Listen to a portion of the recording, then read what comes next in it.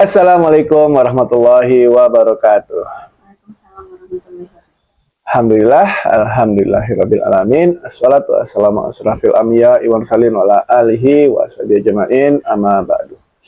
Alhamdulillah, di Kamis malam Jumat di akhir April ini kita bertemu kembali di acara live talk show Bincang Hati bersama Parenting dengan Hati dengan saya Devi Rahmadana Dan saya Hani Siti Nuraini. Oke. Malam ini kita akan membahas, ini judul kemarin yang sudah pernah dibahas ya, cuman karena terkendala mati lampu. Malam ini kita coba diskusikan lagi, kita bicarakan lagi terkait rumah tempat untuk pulang atau tempat untuk terluka. tempat terluka ya. Kenapa nih kita ngambil Nah, kenapa kita dari kemarin tuh pengen bahas tentang ini?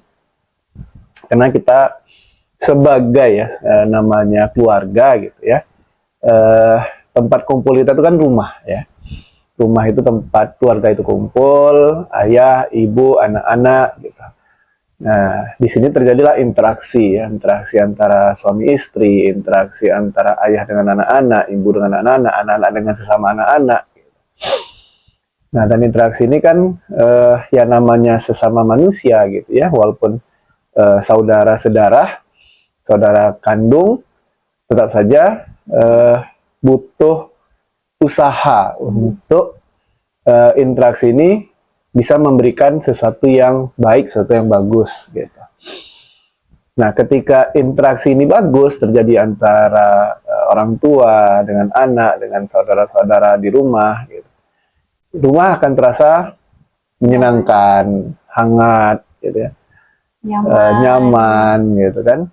Sehingga ketika anak-anak ini pergi keluar, mereka kangen untuk pulang ke rumah gitu.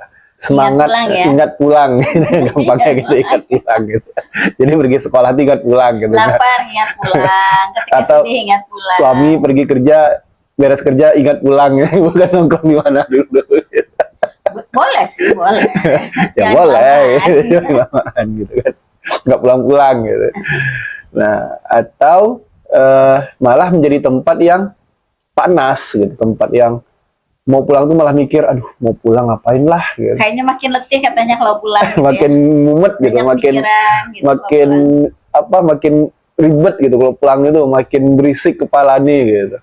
Karena isi rumah tuh ya marah-marah, bentak-bentak, tidak dihargai, tidak ada rasa kasih sayang. Banyak kerjaan lagi di rumah ya. Banyak kerjaan lagi, pulang-pulang cucian numpuk gitu kan.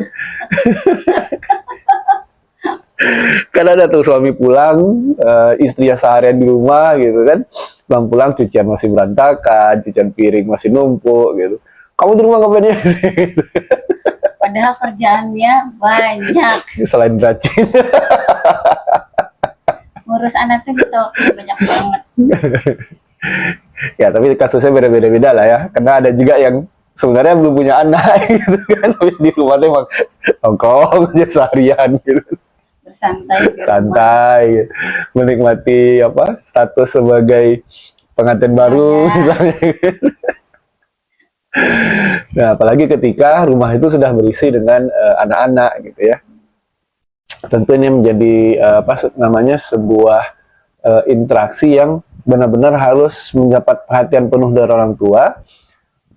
Bagaimana interaksi ini bisa berjalan dengan bagus sehingga menghasilkan sesuatu yang bagus juga, hubungan yang hangat antara adik kakak, antara ayah ibu dengan anak-anaknya.